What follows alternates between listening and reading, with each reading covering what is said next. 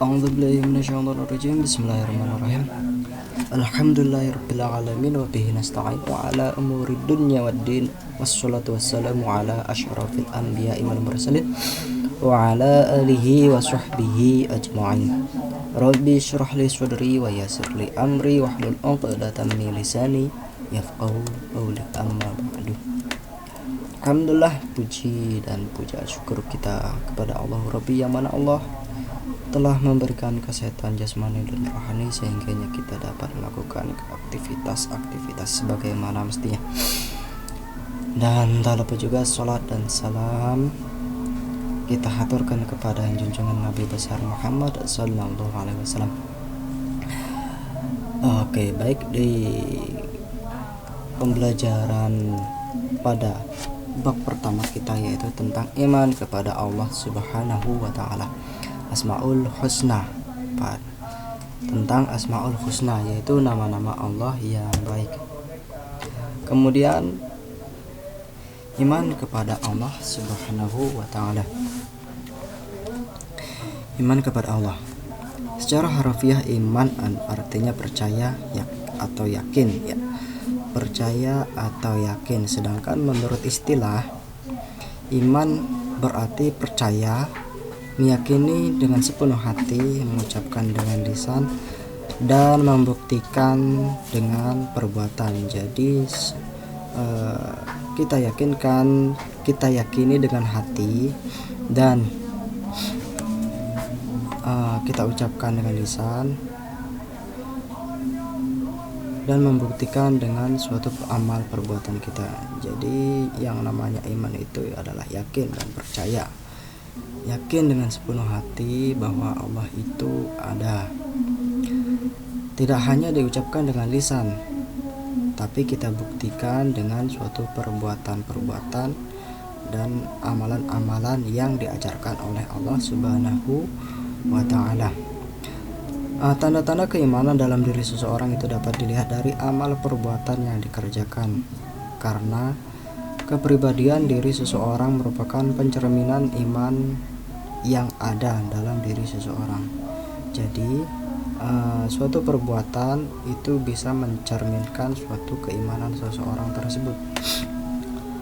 Misalkan suatu firman Allah memerintahkan kita untuk melakukan perintah sholat, misalkan itu satu. Kemudian kita mengamalkannya atau melakukan perintah Allah tersebut dengan dasar Al-Quran dan hadis. Jadi Al-Quran itu memerintahkan kita untuk melakukan ibadah sholat, dan hadis itu menjelaskan suatu perbuatan atau tata caranya, misalkan itu suatu iman. Kemudian iman kepada Allah tentang meyakini akan sifatnya. Salah satu sifatnya yaitu Al-Alim, Maha mengetahui. Maha mengetahui. Untuk mengamalkan perbuatan atau suatu sifat Allah yang Al-Alim, yaitu dengan cara belajar, menuntut ilmu, menimba ilmu sebanyak-banyaknya. Satu contoh,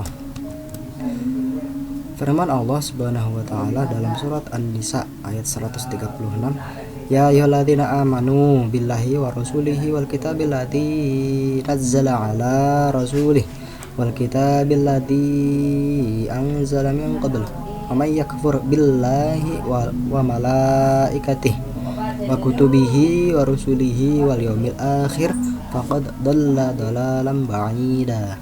Yang artinya, wahai orang-orang yang beriman, tetaplah beriman kepada Allah dan Rasulnya, dan kepada kitab-kitab yang Allah turunkan kepada Rasulnya, serta kitab yang Allah turunkan sebelumnya. Barang siapa yang kafir kepada Allah, malaikat-malaikatnya, barang siapa yang kafir kepada Allah, malaikat-malaikatnya, kitab-kitabnya, rasul-rasulnya, dan hari kemudian, maka sesungguhnya orang itu telah sesat sejauh-jauhnya. Jadi barang siapa yang menolak dan tidak yakin, tidak percaya akan semua ajaran akan adanya Allah, maka dia sesungguhnya orang-orang itu telah sesat dari jalan Allah Subhanahu wa ta'ala.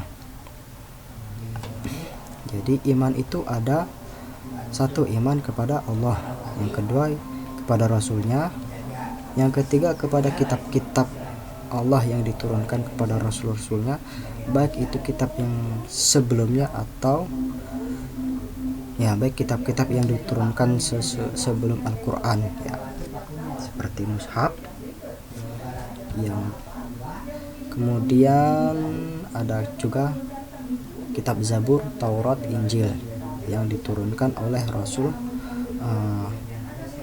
sebelum Muhammad. Barang siapa yang tidak meyakini, maka dia sungguhnya orang itu telah sesat dari jalan Allah.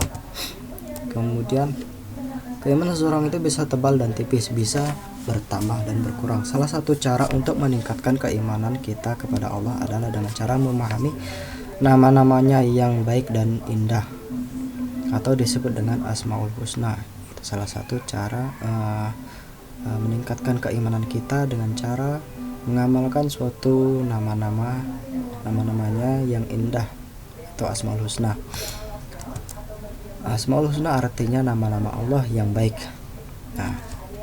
Yang terdapat dalam surat Al-A'raf ayat 180.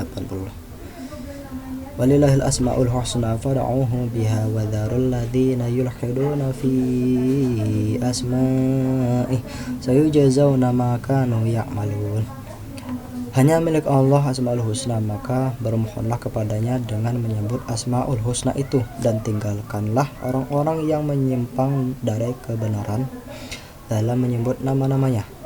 Nanti mereka akan mendapat kebebasan terhadap apa yang telah mereka kerjakan. Jadi jika kita memohon kepada Allah, berdoa kepada Allah, maka sebutlah nama-namanya Asmaul Husna. Rasulullah menjelaskan bahwa nama-nama Allah atau Asmaul Husna itu berjumlah 99. Namun pada bab ini kita akan membahas 4 Asmaul Husna, yaitu Al-Alim, Al-Khabir, As-Sami', Al-Basir. Yang pertama yaitu Al-Alim.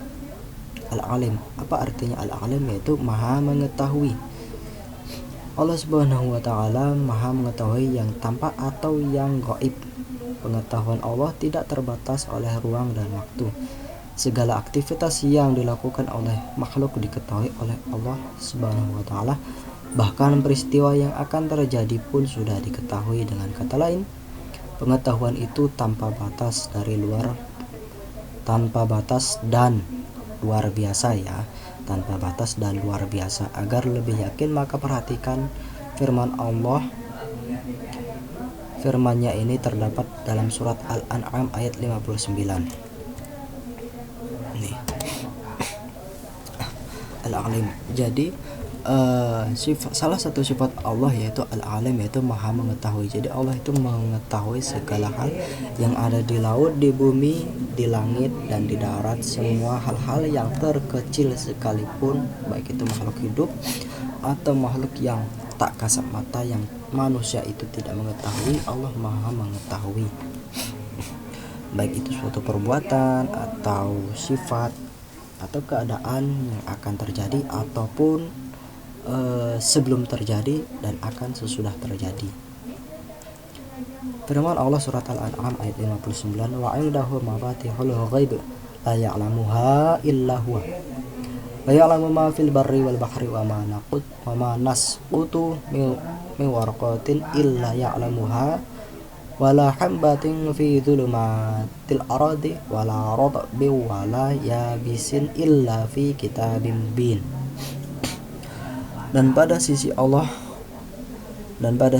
lah kunci-kunci semua yang gaib. Tidak ada yang mengetahui kecuali Dia sendiri, dan Dia mengetahui apa yang di daratan dan di lautan, dan tiada sehelai pun yang gugur melainkan Dia mengetahui pula, dan tidak jatuh sebutir biji pun dalam kegelapan bumi, dan tidak sesuatu yang basah atau yang kering melainkan tertulis dalam kitab yang nyata, Lauh Mahfuz. Jadi sesuatu yang gaib artinya tidak kasat oleh mata kita. Itu Allah mengetahui, tidak ada yang mengetahui kecuali Dia sendiri, dan Dia mengetahui apa yang di daratan dan lautan. Jadi di dalam laut paling dalam sekalipun Allah mengetahui, dan yang di darat pun juga Allah pasti mengetahui. Bahkan yang manusia sebelum mengetahui pun Allah sudah mengetahui, dan tiada sehelai pun yang gugur melainkan Dia yang mengetahuinya. Pengamalan. Nah, salah satu cara pengamalan sifat Allah tentang Al-Alim yaitu perilaku yang dapat diwujudkan dalam meyakini sifat Al-Alim adalah kita harus terus mencari ilmunya. Jadi semua ilmu atau pengetahuan dimanapun berada itu salah satu cara pengamalan sifat Al-Alim, meneladani sifat Al-Alim, sifat Allah Al-Alim yang maha mengetahui, dengan cara mencari ilmu sebanyak-banyaknya, dengan merenung ciptaannya. Tetapi ingat, penting juga untuk perhatikan bahwa kita tidak boleh merasa paling pandai. Jadi jika kita sudah mengetahui suatu ilmu, maka kita tidak boleh sombong. Kita tidak boleh merasa paling pandai, paling cerdas, dan paling pintar dari orang-orang siapapun. Karena di atas langit masih ada langit, dan di bawah bumi masih ada bumi. Nah, orang berilmu ini maksudnya orang berilmu ya. Orang berilmu itu harus tetap rendah hati, seperti pohon padi semakin berisi semakin merunduk ya. Alhamdulillahirrahmanirrahim. Sekian, terima kasih. Itulah tadi satu pembahasan kita tentang sifat Al-Alim. Semoga bermanfaat. Jangan lupa untuk share video ini dan tinggalkan komentar jika ada saran dari para ustadz asatid. Jadi mohon maaf jika ada kesalahan baik tutur kata atau perbuatan. Saya mohon maaf, karena kesempurnaan itu hanyalah milik Allah Subhanahu wa taala. Saya akhiri, assalamualaikum warahmatullahi wabarakatuh.